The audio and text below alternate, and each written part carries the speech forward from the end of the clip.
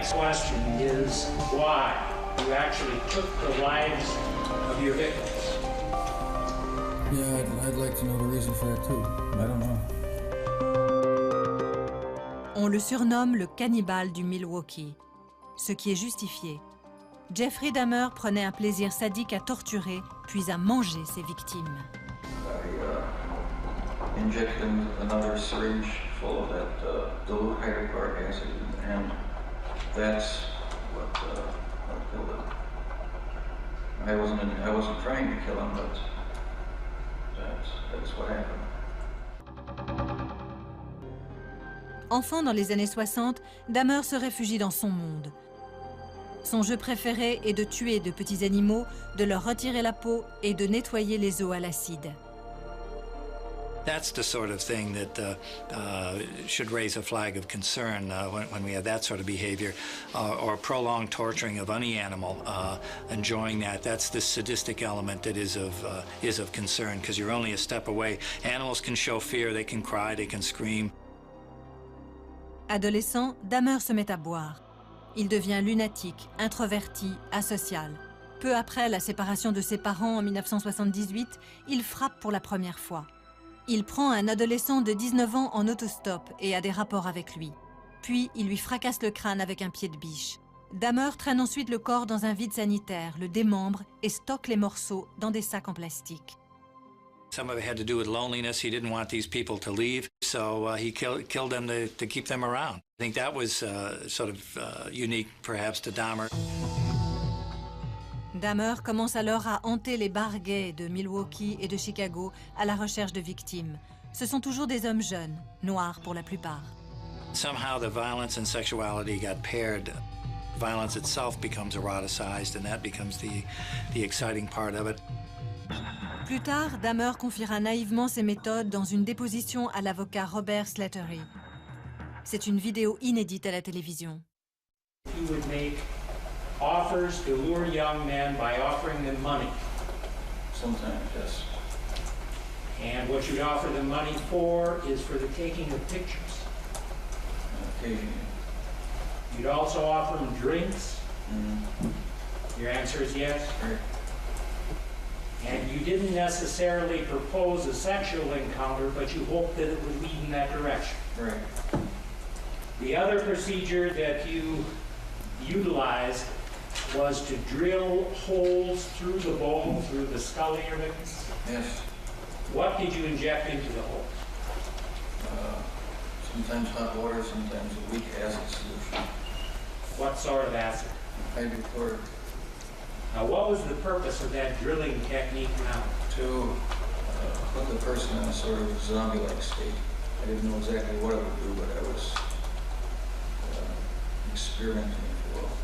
What do you mean when you say a zombie-like state? What are you trying State to where he accomplish? would be willing to just follow my orders and not want to leave.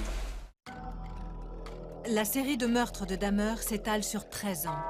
Elle se termine en juillet 1992, toujours à Milwaukee.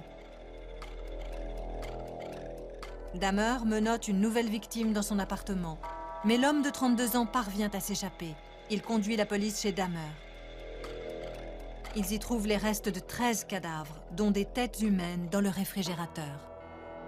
You would murder them and decompose them, you cannibalized them. There were photos of some of the most ghastly things that you could ever imagine happening to a human being that Dahmer did to his victims.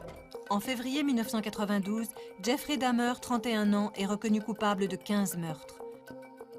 À l'époque, on s'arrache déjà cette étrange histoire. Everybody was trying to do a Dahmer thing, you know. It was sick, disgusting, exploited for money. Book writers, movie makers. It's okay for them to make money, but God forbid that the families of the victims should get anything for what happened to them. Jacobson lance un procès civil contre Dahmer. Le juge attribue aux familles une somme totale de 120 millions de dollars pour préjudices moraux. Mais d'où vient cet argent? Sûrement pas de la poche de Dahmer. We had actually, in LA, arranged with some writers, and how we were going to do it was that Jeffrey Dahmer would be interviewed face-to-face and filmed. And basically, for his first-person story rights, you know, Jeffrey, how'd you get to be such a sick individual that did so many demented, disgusting things with your victims? You know, that story was worth $1 million. Dahmer refuse de parler. Jacobson a alors une autre idée. Il est difficile d'y croire. We knew that the 311 items that were confiscated by the police from Jeffrey Dahmer's apartment, which included the vat that he used to boil down his victims, the hypodermic needle he used to lobotomize his victims, the cutting utensils he used to cut up his victims, the acids he used, and the lava lamp, everything else that was in that apartment would have a value. Le même juge décrète que les familles des victimes ont le droit de saisir la propriété personnelle de Dahmer. So that was our plan. We were going to have a Jeffrey Dahmer auction and sell off to the highest bidder all of Jeffrey Dahmer's assets. Plus troublant encore, les chaînes de télé du monde entier se bousculent pour filmer les enchères en exclusivité. Mais l'idée est jugée révoltante, surtout à Milwaukee. What ultimately happened there was that Joe Zober, who is a philanthropist, wealthy property owner in Milwaukee, did not want to see something like that happen. He did not want a Jeffrey Dahmer auction. He thought it would be terrible for the world, terrible for Milwaukee.